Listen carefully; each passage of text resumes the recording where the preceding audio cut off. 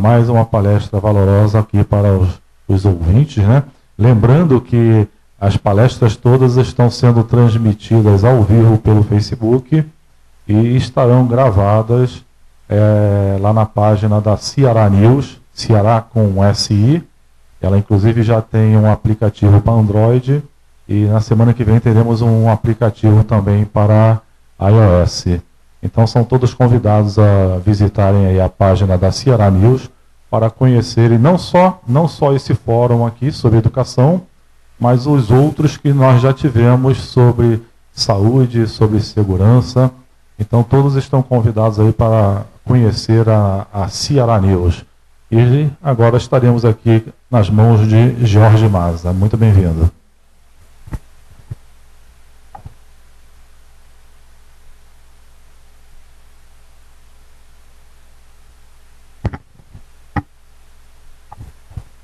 Bem, boa tarde a todos.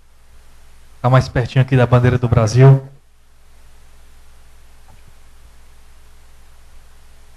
Vou tentar ser breve em face do tempo, né, do horário também. E dizer que o professor Ayrton, né, que nos precedeu, ele foi muito feliz no primeiro slide, né, quando ele abordou a taxa de natalidade do país vem decrescendo. Eu, como membro do Movimento Pro Vida, não podia deixar passar. Mais um motivo de nós lutarmos contra o aborto. Porque se a gente relativizar a vida, esse gráfico só tende a baixar. E esse valor humano, não é meu foco aqui falar sobre isso hoje, mas esse valor vida, ele não pode ser ponto de referência e receba valores diferentes. Ele tem valor único. Ele precisa ser preservado. Então, se a gente quer encher as escolas, a gente precisa repensar essa questão, esse ponto do aborto. E falo porque sou membro do Movimento Pro Vida e luto contra o aborto. E não só esse slide, muitos outros slides do professor deixaram um pouco aí o tema para eu poder abordar de uma forma mais fundamento. O tema da minha palestra é sobre manipulação na educação. Eu tive a oportunidade de falar sobre esse tema aqui, também aqui no evento, junto ao professor Miguel Najib, de quem eu sou amigo, presidente do... Não é presidente, mas ele elaborou o projeto Escola Sem Partido. Vou falar um pouco ao final do projeto. E o ponto de partida, a minha área, eu sou servidor público federal, tenho duas formações, sou formado em ciência da computação, sou formado em ciência do direito, tenho mestrado no direito. Quando o professor falou aqui que muitos dos nossos mestrados e doutorados vão pelo ralo, e isso é verdade.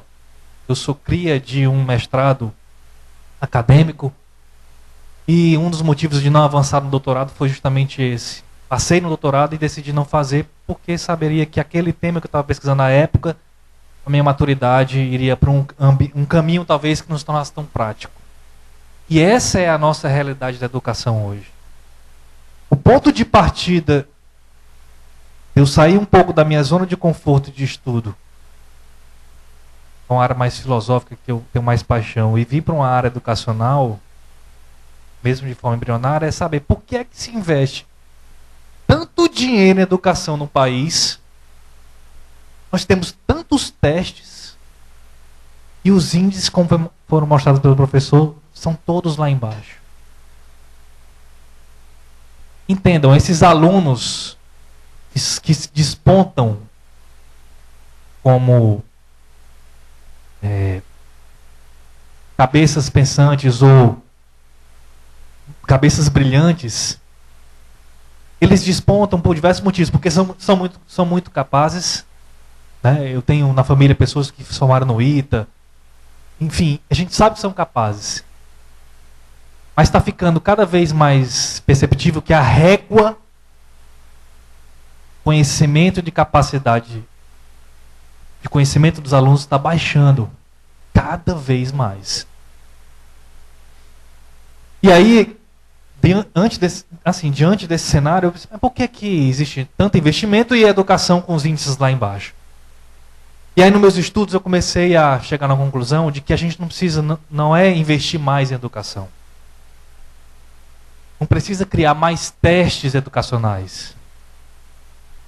A gente não precisa nem mudar a estrutura hoje da educação. A gente precisa mudar a cabeça de quem está pensando a estrutura da educação. Infelizmente. Se a gente não mudar a cabeça de quem está pensando, não adianta. Então esse é o ponto principal. E aí, para eu chegar no meu tema da manipulação educacional, eu vou fazer um histórico bem longo. Não vai ser muito longo por causa do tempo. Vou ter que pular aí pelo menos alguns 1000 anos de história. Mas se você for pegar a história da educação da antiguidade, e tem um livro belíssimo do Henri Irénée Mahou, ele fala sobre a história da antiguidade, a história da educação na antiguidade, e aí depois ele complementa com a história da educação na Idade Média, e depois vem um outro livro, que é a história da educação na Idade Cristã. Ele coloca muito claramente que a educação na antiguidade, até antes da formação da escrita, porque antes da formação da escrita, que diferencia o período pré-histórico do histórico humano, até mesmo antes da formação da escrita já existia uma passagem de conhecimento oral. E aí, só um parênteses, foi isso que a gente perdeu hoje. Quando uma sociedade perde a capacidade de passagem de conhecimento oral, coloca tudo na escrita, está fadada a fracasso. O Brasil perdeu. Não só o Brasil, muitas potências mundiais. Inclusive os Estados Unidos. Então, a educação oral, ela era, naquele período da antiguidade, para a formação de quê? Para a formação de guerreiros. Era um treinamento militar. Porque os povos viviam em guerra. Os povos, mesmo que dispersos, quando se encontravam em guerra. Não tinha vida boa para ninguém. Então a formação, ela era uma formação para a formação de militares. E era uma formação técnica. Exclusivamente técnica. Mas técnica, quando eu digo, não é técnica, essa técnica que a gente vê hoje, que eu vou botar mais à frente. Não era. A formação técnica da antiguidade educacional era a formação em artes, em música, tanto que se tocava muita lira. Quem se coloca muito isso é um escritor inglês, Nichols, me faltou o sobrenome dele agora, que ele escreveu um livro chamado Capitão Mihalis, que é uns épicos da literatura grega. Ele é um dos maiores nomes da literatura grega. Escreveu uma obra chamada Capitão Mihalis, em homenagem ao seu pai, também chamado Mihalis, e que ele coloca que os grandes guerreiros tocavam lira.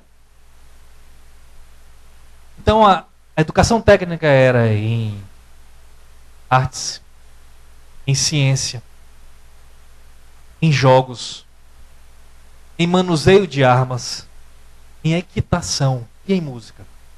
Então se treinava o guerreiro para lutar em todas essas áreas. Com o surgimento da escrita, muito tempo depois, há uma lenta migração da educação para guerreiros geralmente nobres, famílias abastadas. Então há uma ligeira mutação, uma migração daquela educação de guerreiros para a educação de escribas. Muitos anos depois, século IV, V a.C., Platão deixa muito claro isso na sua República, e quando ele divide as castas, ele coloca a casta do filósofo, não é casta, mas quando ele divide como é que vai se formar a República, que ele está ali desenhando utopicamente uma cidade, um país, ele coloca o filósofo como aquele no mais alto nível, porque ele busca sabedoria e virtuosidade. Então, a gente percebe que passa de um treinamento, de uma educação voltada para a guerra, para uma educação voltada para a leitura e para a escrita. A gente sai de uma educação técnica para uma educação ética. Isso durante todo o período da Antiguidade. E também um pouco na Idade Média.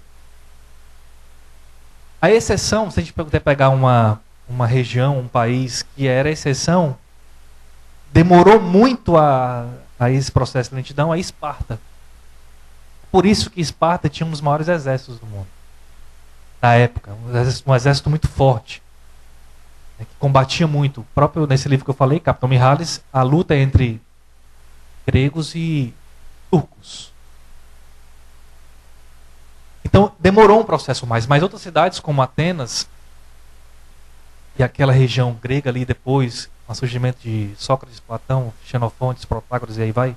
Inclusive Protágoras foi o primeiro filósofo a pensar uma educação comercial. Então se passa de uma educação, exceção de Esparta, se passa de uma educação técnica para uma educação ética. Essa educação clássica que eu estou comentando aqui, ela tem um nome muito forte em Atenas, que é de Homero. Até lá em casa, nós vamos com a minha esposa sobre Homero, ela se assustou. A obra Ilíada era uma obra, e ainda é, uma obra fundamental para aqueles que querem realmente estudar buscando a sabedoria e a virtuosidade. E aí eu trago um trecho de um filósofo, Xenofonte, em as obras retratando de Nicerato, ele coloca o seguinte, ó, essa obra. O Nicerato falando essa obra do filósofo Xenofonte. Meu pai, desejando que eu me tornasse um homem completo, forçou-me a aprender Homero. E assim até hoje sou capaz de recitar de cor a Ilíada e a Odisseia. De cor. É um absurdo você recitar de cor a Ilíada e a Odisseia. Obras imensas. Então, você percebe que nos tempos atuais, quem é apresentado a Ilíada e a Odisseia com 15 anos de idade? Tem exceções. Pode percorrer as escolas. São exceções de professores que são apresentados a Ilíada e a Odisseia.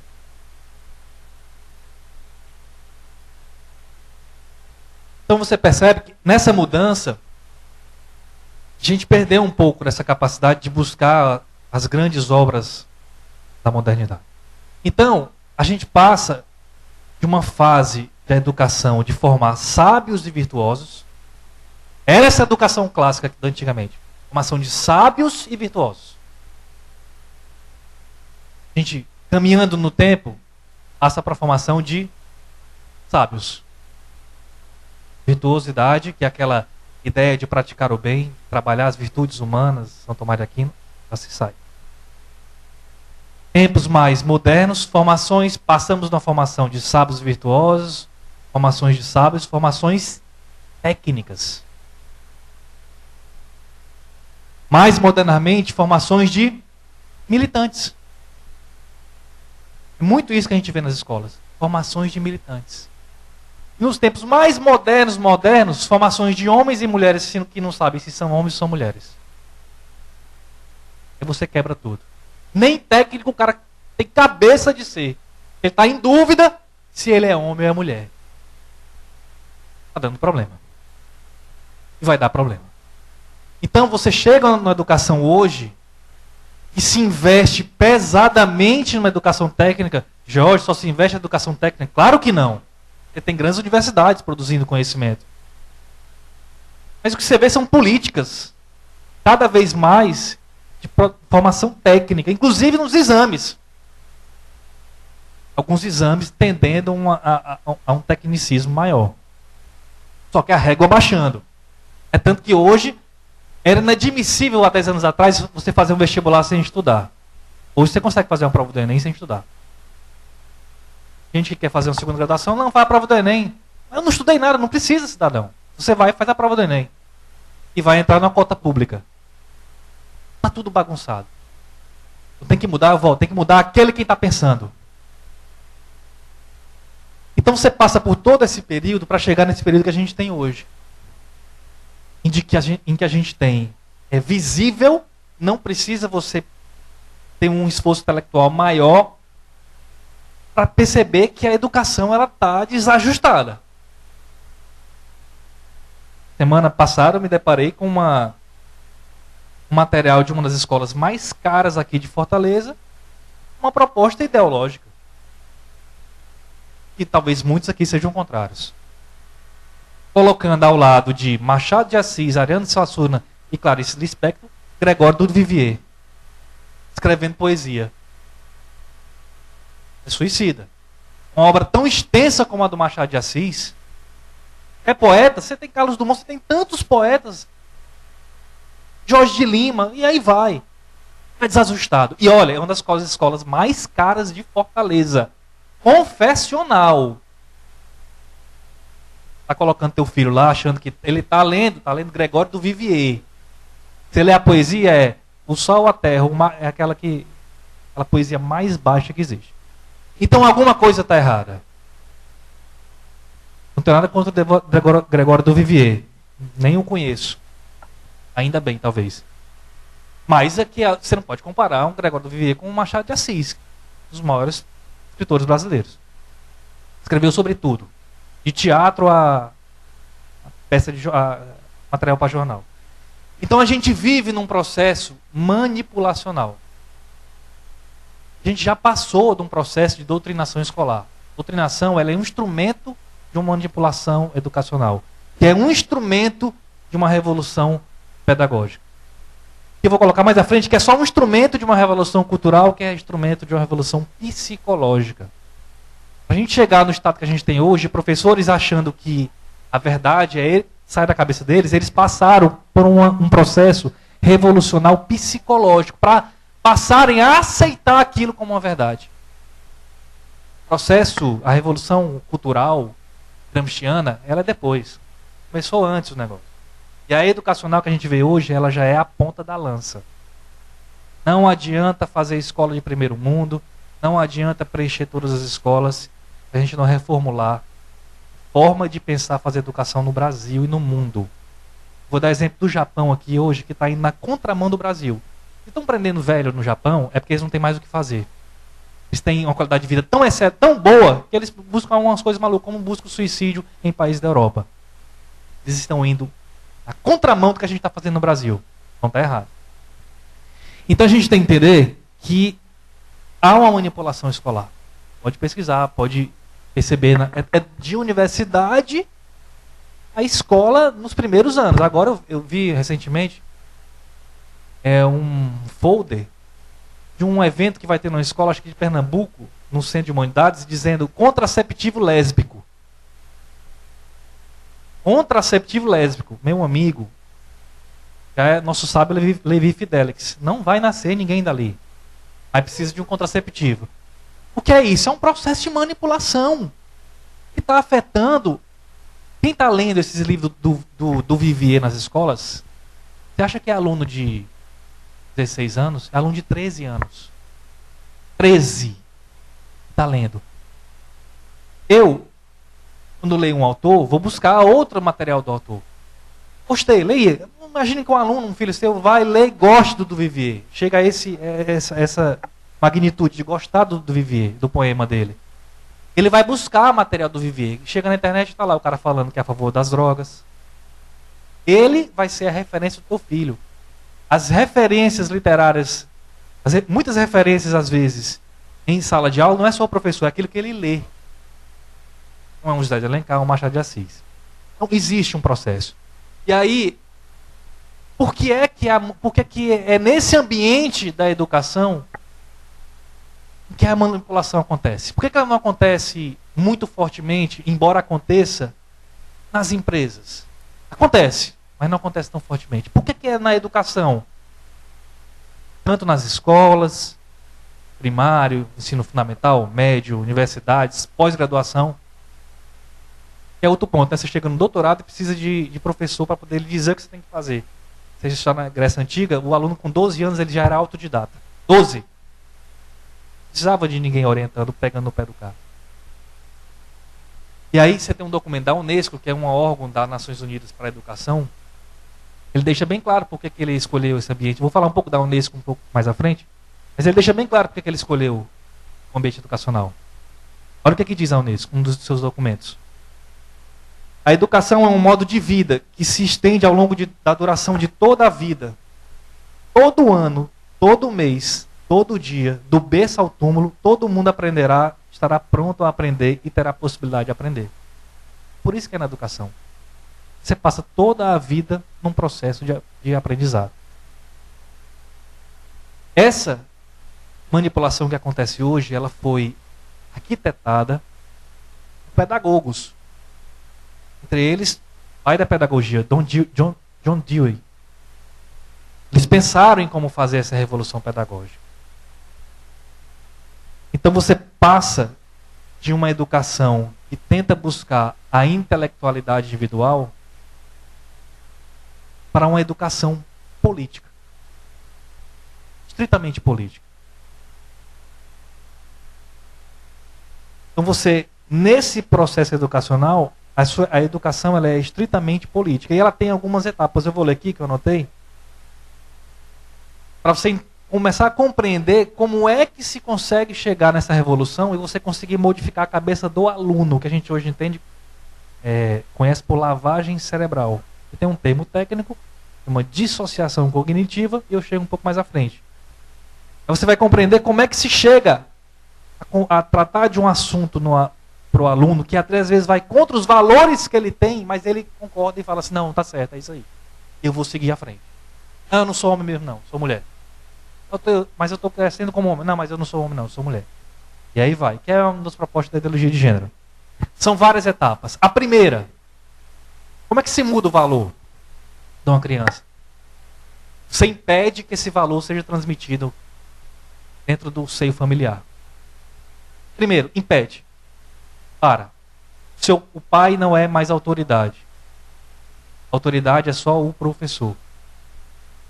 Você corta o cordão. Então você impede que o valor seja passado.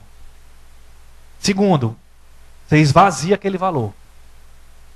Conceitos como sexualidade, como vida, como drogas, você começa a esvaziar.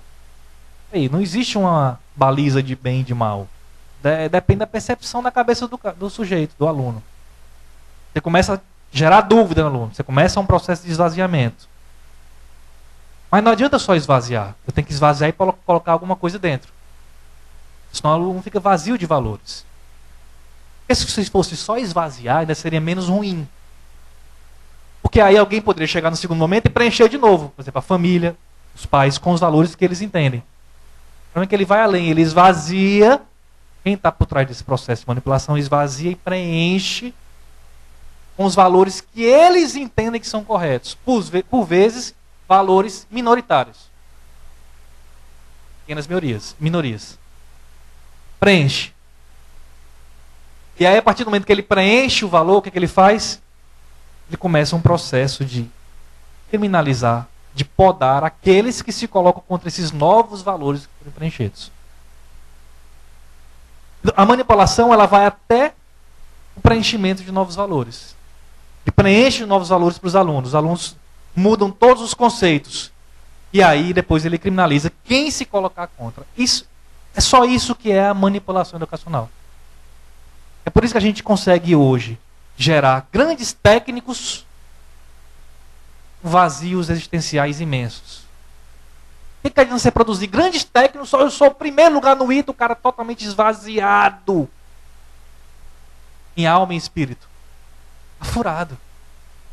Pegar os grandes exemplos de filósofos, eles buscavam a sabedoria, a virtuosidade antes do tecnicismo, antes. Eles não se preocupavam nem em escrever. Por isso que você tem, de grandes filósofos antigos, você não tem livros, você tem fragmentos.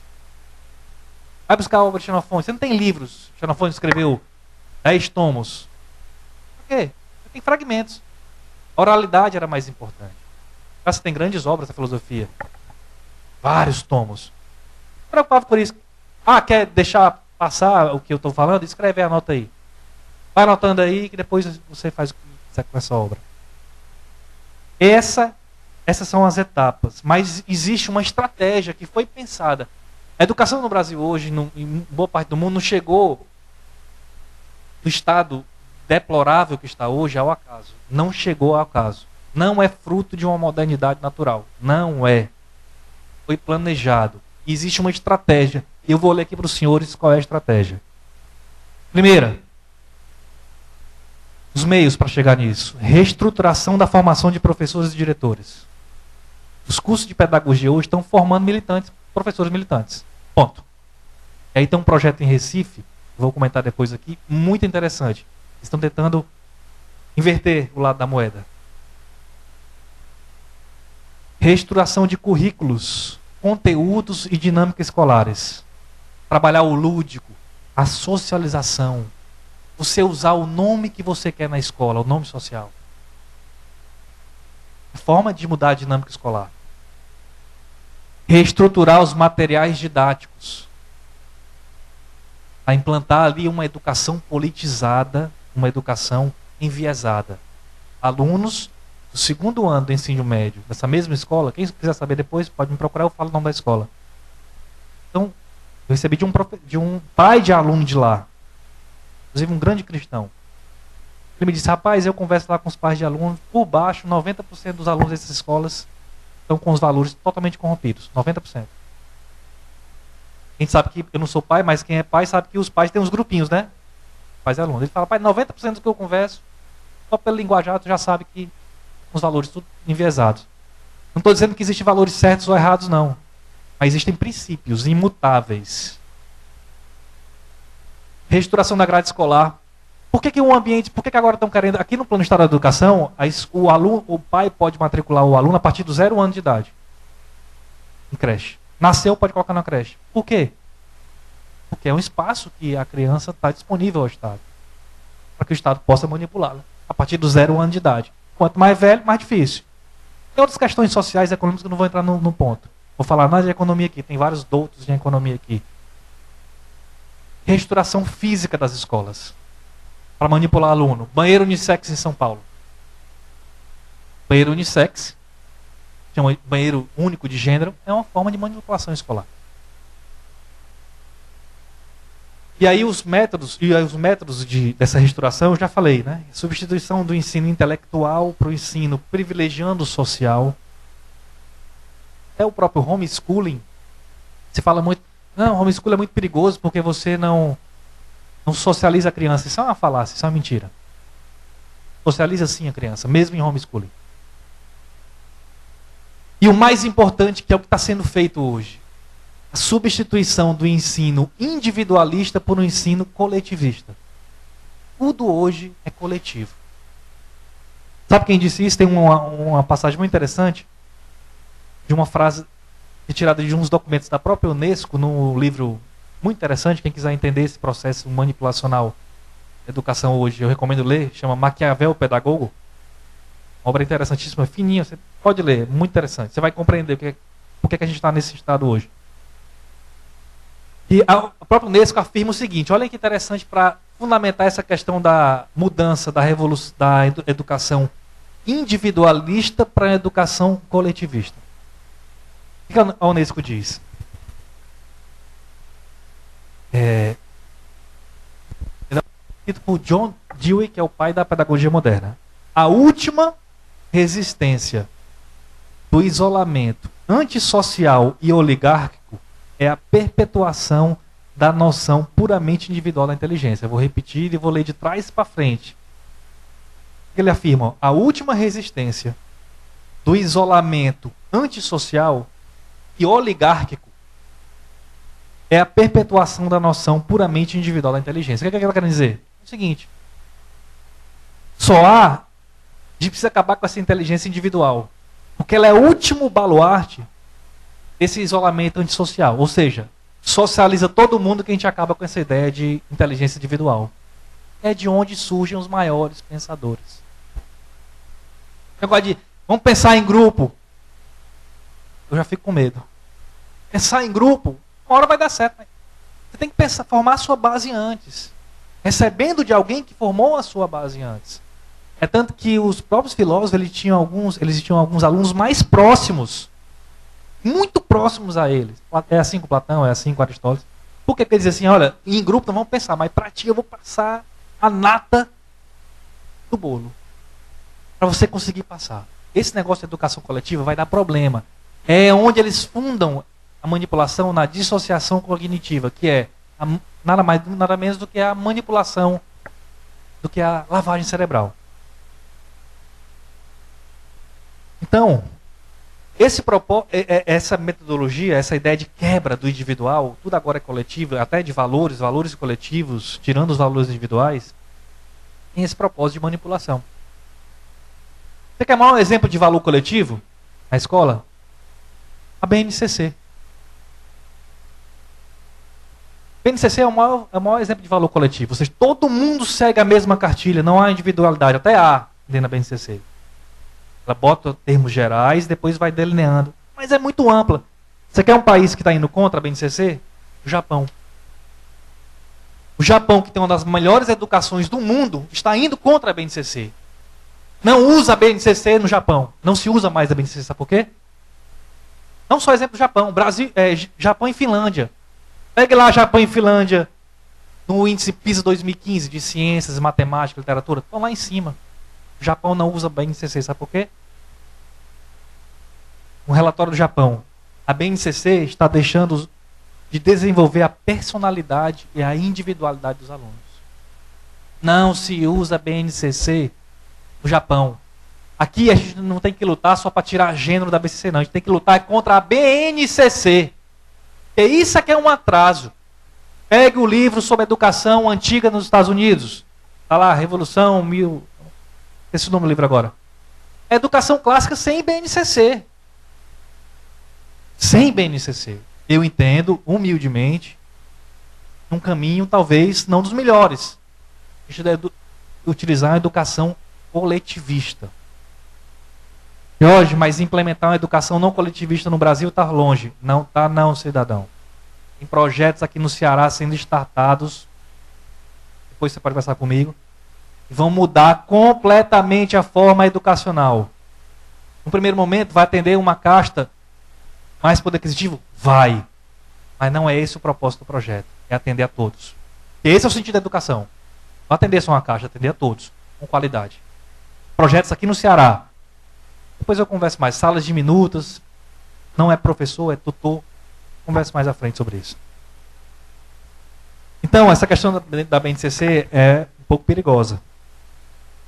E aí eu volto para aquele processo que a gente está falando de revolução pedagógica como uma parte de uma revolução psicológica. O caminho é mais ou menos esse. Você tem uma revolução psicológica, para que as pessoas admitam que realmente precisam desenvolver aquilo, ou aceitar aquela forma de educar. E aí vai professores, diretores, enfim. Mesmo indo contra os valores, percebendo... Muitos professores não percebem, mas aqueles mesmos que percebem, mas isso aí não está indo para um caminho bom. Mas é o caminho que tem. É o que existe. Revolução é uma manipulação psicológica inicialmente. Feitas as bases da revolução psicológica, você está com um caminho aberto para a revolução cultural.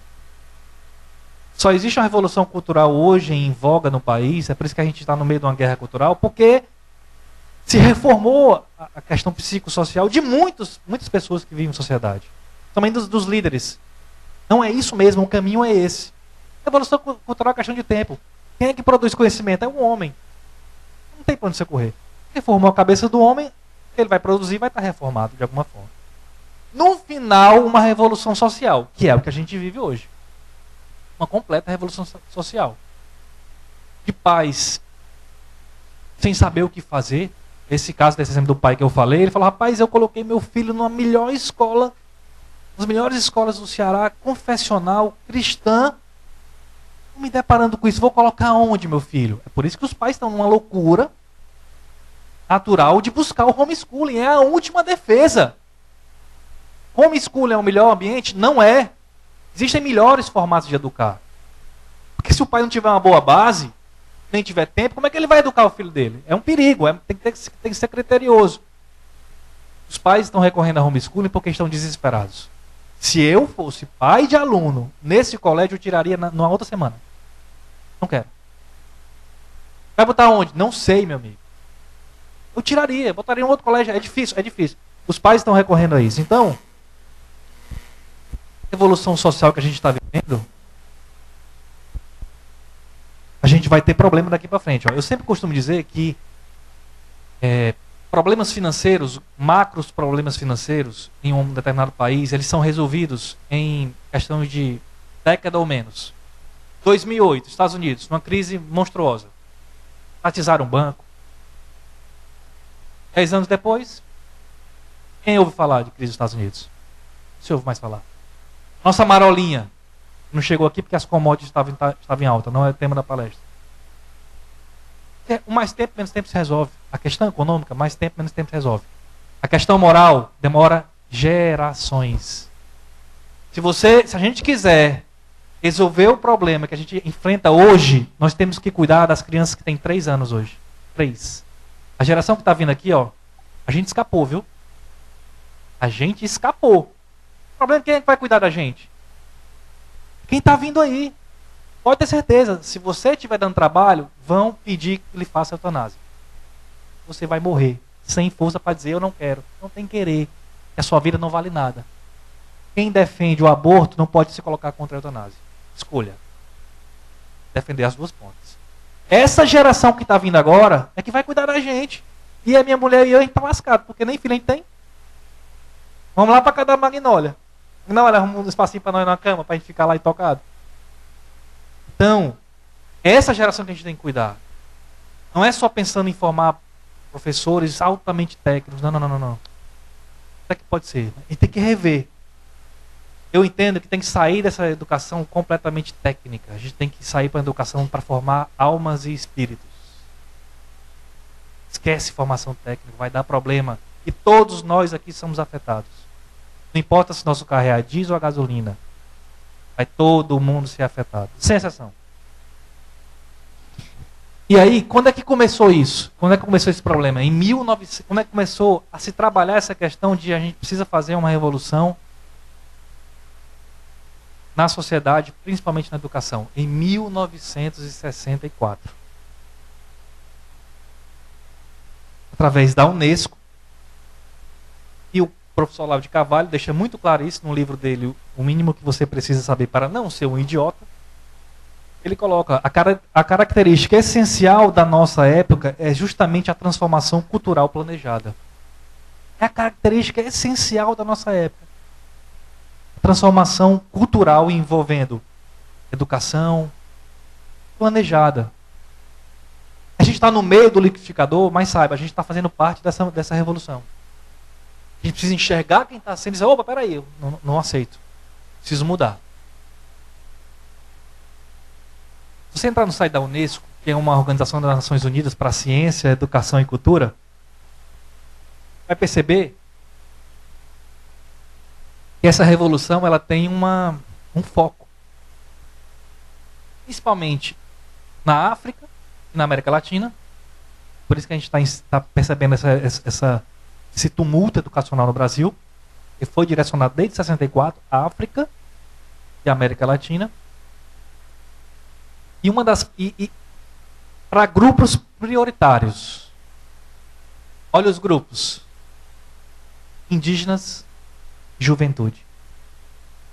Estão atacando a nossa juventude. Leia-se a partir dos primeiros anos iniciais.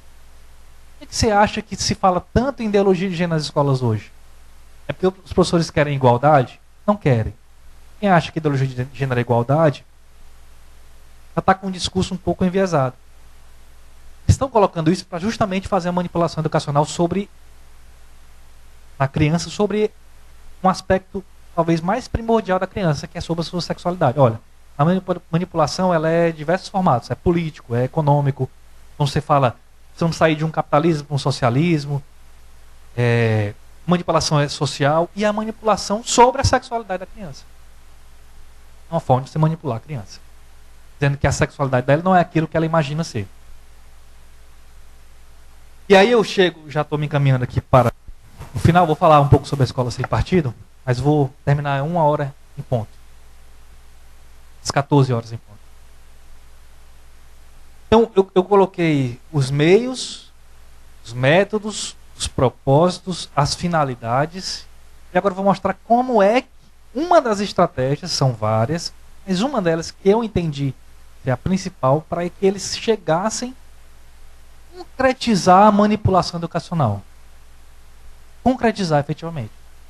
E isso é trazido no próprio livro Maquiavel Pedagogo, de escritos de grandes pedagogos e de escritos, inclusive da própria Unesco, chama-se dissociação cognitiva, a velha lavagem cerebral. Eles disseram, olha, nós sabemos o que é que nós temos que fazer, nós temos o público-alvo, como é que a gente vai fazer? Como é que a gente vai mudar toda essa percepção da realidade na cabeça de uma criança? Aí o próprio Olavo de Carvalho diz que é o seguinte, a gente não vive, as pessoas acham que a realidade está dentro da cabeça delas, mas a gente é que vive dentro de uma realidade objetiva. Eles disseram, como é que nós vamos fazer isso? E aí eles utilizaram essa estratégia, que chama de dissociação cognitiva. O que é que eles queriam, como eu falei lá atrás? Mudar os valores, correto? Vamos mudar os valores. Muda como? Impede que o valor seja passado de geração para geração, e esvazia os valores da juventude e preenche com um novo valor. Como é que eu faço isso? Mudar os valores diretamente às vezes é complicado. É mais difícil. Se eu chegar para um grupo de crianças e disser, olha, vou dar exemplo da ideologia de gênero. Todos os meninos da sala agora são meninas, viu? Num grupo.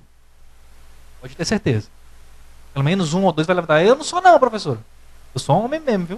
O papai disse. Você mudar os valores através da pressão, da insistência, é mais difícil. Como é que eles tiveram a ideia? Sacada genial. Que é o que a gente precisa fazer do outro lado. Utilizar a mesma estratégia deles, ao contrário. Eles vão mudar os valores, mudando os atos. A gente muda os atos das crianças para mudar os valores. Sabe qual é o exemplo que ele dá? Que acontece naturalmente, ele faz exemplos psicológicos. Então ele pega um grupo, ele pega uma pessoa, ele dá esse exemplo lá no livro. Ele pega uma pessoa e coloca numa sala escura com um ponto de luz. Um ponto de luz. E aí aparece uma voz, diga. Fala o seguinte, o ponto de luz está parado ou está mexendo? Aí ele olha, numa sala toda escura. Está parado. Aí espera um tempo. Novamente a voz questiona. Esse ponto de luz está sozinho, esse ponto de luz, ele está parado ou está se movendo? Aí o cara, está parado. O ponto de luz está parado, não tem como isso mudar. Aí eles fazem um experimento, ok. Quase 100% das vezes o ponto de luz está parado. A pessoa percebe que o ponto de luz está parado, ela sempre está parada. Aí ele coloca agora um grupo de pesquisandos. Certo? Para ver. Só que ele combina com algumas dessas pessoas desse grupo e fala assim, olha, você vai dizer que a palestra, que a luz está movendo. Só com alguns. Não diz com todos, não. O inocente que acha que está parado, ele continua sem saber. Aí entra o grupo. Fala escuro, ponto parado, ponto desse de luz. Aí o cara... Atenção, senhores, ponto de luz está parado ou está se mexendo? Aí o cara, está parado. Aí começa uma voz lá no fundo, está mexendo. Grila. Pronto, fiquei doido.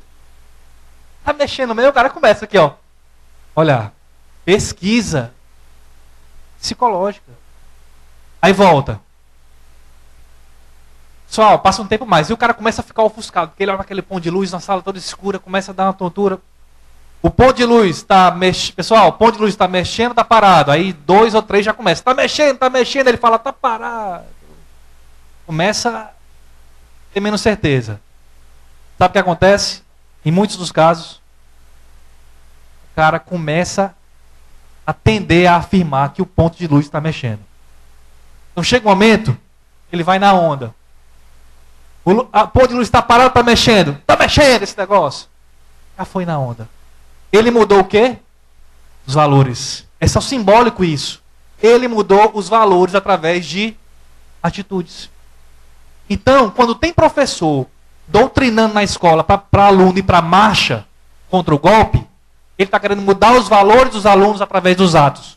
O aluno às vezes nem sabe o que ele quer, mas como ele vai em multidão, ele vai. Ainda tem outra questão na escola, é que o aluno, e eu fui aluno e sei disso, às vezes, ele que a gente chama vai na onda, ele coloca alguém como norte, e aquela pessoa, o que ela disser, ele às vezes não pondera muito, e acha que é.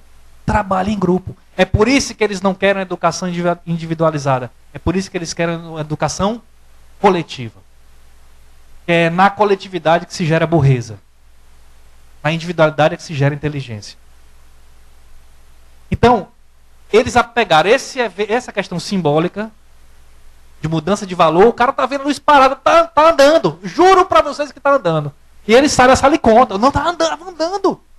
A luz andou, chicoteou, fez assim, paradinha. Esse evento simbólico, ele muda muitos valores que ele tem. Você aplica isso para todo tipo de valor que você imaginar. A legalização das drogas, do aborto, para ideologia de gênero, para desarmamento, para tudo. Então é isso que estão fazendo há 50 anos nas escolas. Mudando os valores das nossas crianças através da mudança de atos. Ah, mas eu acho lindo que meu filho respeite a liberdade LGBT. Tem alto lá, cidadão. Ele pode estar sendo manipulado através da mudança de valores pelas mudanças de atos. Você não vê agora representante cristão na parada LGBT? Não tenho nada contra os LGBTs. Mas muitos ali estão sendo manipulados sem saber.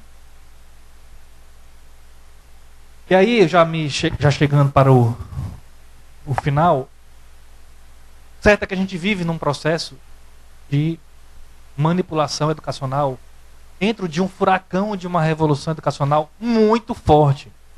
E a gente precisa repensar algumas questões, não repensar valores, repensar algumas questões e começar a agir. Não é fazendo emenda para a educação que a gente vai resolver. A gente tem que mudar, talvez, o formato. Existem alguns projetos. Existem algumas iniciativas. A sociedade acordou, de alguma forma, para essa revolução educacional. Só que ela está muito enraizada. Como é que você concebe uma escola confessional cristã, tendo professor lá dentro, completamente, a gente chama no meio, de agendado, ou seja, um cara que está ali para fazer política? Porque ele, através de um processo revolucionário, ele conseguiu um espaço ali dentro. E isso era inadmissível até muito tempo atrás. Até pouco tempo atrás.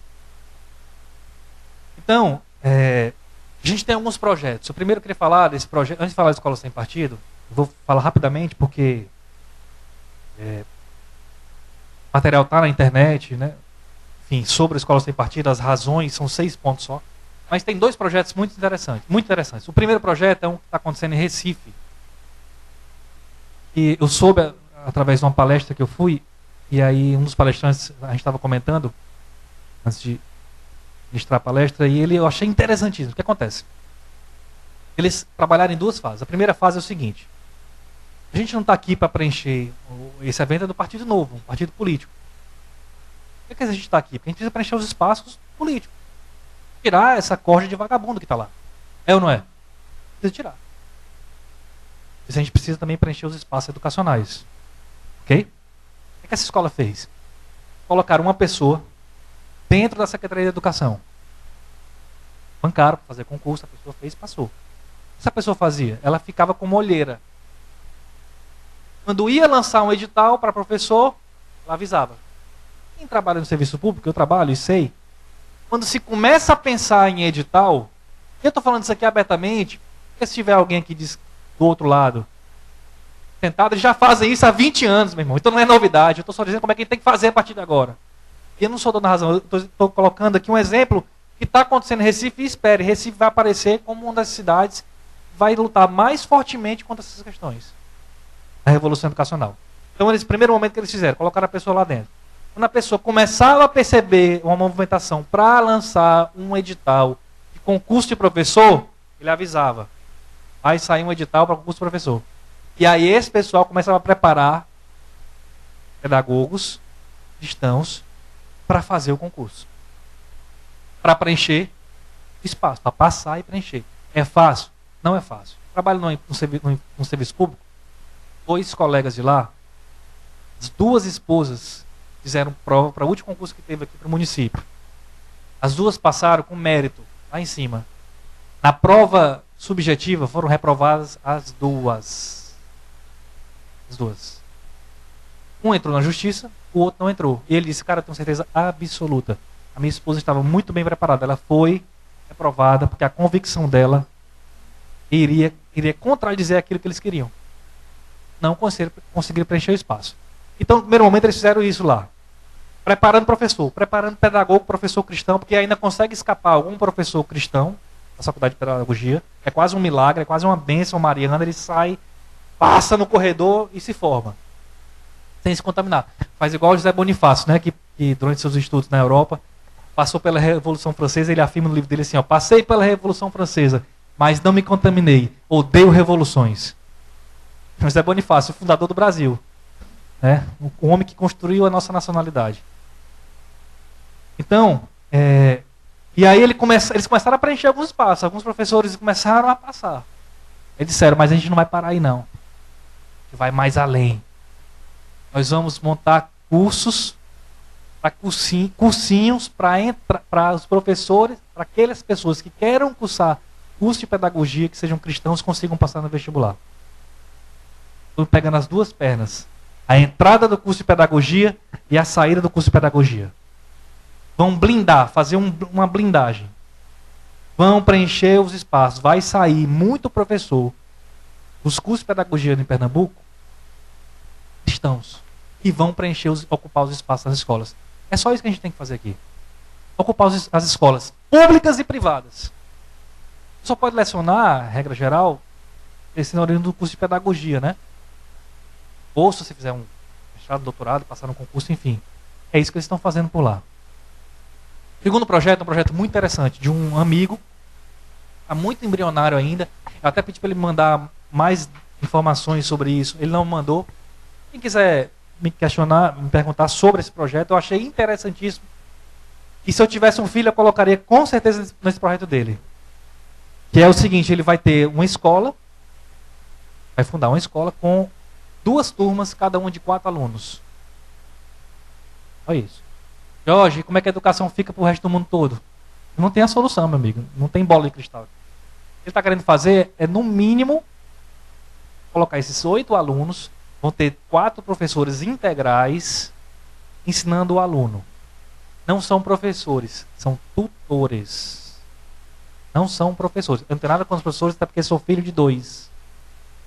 Mas são tutores. A dinâmica de ensinar é diferente. Então, lá na escola, ele vai trabalhar essa questão de professor, porque do tutor e não do professor. Porque qual é a ideia dele? É que o professor ele trabalha essa parte da inteligência cognitiva muito fortemente. E a proposta dele com o tutor é trabalhar o espírito da criança. Ninguém precisa mais formar técnicos, precisa formar pessoas virtuosas, sábias. E ele tem uma proposta profunda. Ele disse: ó, essas pessoas que eu vou formar aqui serão os futuros líderes da nossa sociedade. E eu acredito. Eu tenho muita convicção que pode dar muito certo. Ele está formando homens sábios. Então ele disse: olha, eu quero tutor aqui, Jorge, não professor, porque o professor ele trabalha o corpo e a mente. Eu quero um cara que trabalha a alma. Pensa. O professor, regra geral, ele busca o aluno a conhecer mais. Eu quero um cara sábio aqui dentro. Ele disse: o professor, regra geral, ele pede que o aluno tenha um bom comportamento. Um bom comportamento. Aqui eu quero que o aluno busque a santidade. Esse cara está formando uma geração. E assim, quando eu tiver com 60 anos, os meninos com 20 vão me recolher no meu espaço, eu não vou discutir com ninguém. Os meninos vão dar na gente aqui sem pena. Essa é uma possibilidade importantíssima. São poucos alunos. É oligárquico. É classista. Eu queria que esse formato de educação fosse para todo o país. Porque o Brasil seria potência mundial. Para todo mundo. Aí nós, como humanidade, seríamos muito melhores. Na busca da sabedoria, trabalho do espírito, da santidade. E aí eu vou finalizar falando sobre a escola sem partido, que é uma outra possibilidade. Miguel Najib esteve aqui, palestrei junto com ele, tive a oportunidade. E a escola sem partido, embora seja muito criticada, ela tem 6 pontos apenas. 6. Pegar todo o projeto de escola sem partido, são 6 pontos. Vou ler um por um. Primeiro, não se aproveitar da audiência cativa dos alunos. O que ele quer? Que o professor não se aproveite da audiência cativa dos alunos para promover os seus próprios interesses. Tem que ser imparcial. 2. Não fazer propaganda político-partidária. Nem para um lado, nem para o outro. Esse é o ponto. Eu acho o projeto sem partido, escola sem partido, talvez o melhor dos melhores? Não. Tem muitos pontos bons, tem algumas coisas que entendo que precisa ser ajustada talvez, mas é o que a gente tem para agora. Ao tratar ponto 3. Ponto 2. Não favorecer nem prejudicar ou constranger os alunos em razão de suas convicções políticas. Natural. Ponto 4. Ao tratar de questões políticas, socioculturais e econômicas, apresentar aos alunos de forma justa as principais versões, teorias, ou seja, ser amplo, né? Não tá só um tema e ficar ali, esse é o certo e todos são os errados. Respeitar o direito dos pais, dos alunos, a que seus filhos recebam a educação religiosa e moral que esteja de acordo com suas próprias convicções. E o ponto 6, não permitir que os direitos assegurados nos itens anteriores sejam desrespeitados. Então aí eu vejo que é um mínimo para você ter uma escola menos direcionada, menos ideológica. É a solução? Não é, mas é o remédio que a gente tem para esse momento de guerra cultural. Tentar estancar um pouco a sangria. É cortar a perna do paciente para salvar o corpo como um todo. Então, meus amigos, o caminho é duro, é nebuloso. Você se aprofunda, começa a estudar esse tema específico da sociedade que é educação. Você percebe que o negócio é gigantesco, são forças imensas. Não me assustei muito, porque já vinha de um movimento que é luta contra o aborto, que também é um negócio descomunal. Mas a área educacional é muito complicada. Aí eu vou terminar com uma frase de uns escritores que eu mais admiro, assim, que eu mais gosto de ler, que é Gilbert K. Chesterton, conhecido como G.K. Chesterton, o conservador. Ele diz o seguinte: o mundo está às avessas. Na obra dele, O Poeta e os Lunáticos. Um livro de contos, mas são contos... Parece que há um vínculo entre os contos. Então acaba sendo uma história por completo, embora sejam contos. A obra é O Poeta e os Lunáticos. Tem um encadeamento nos contos. Ele diz o seguinte: o mundo está às avessas. Há muito tempo atrás. Estamos todos de pernas para o ar. E se não caímos, é só porque uma misericórdia eterna está a nos sustentar. É isso aí. Muito obrigado.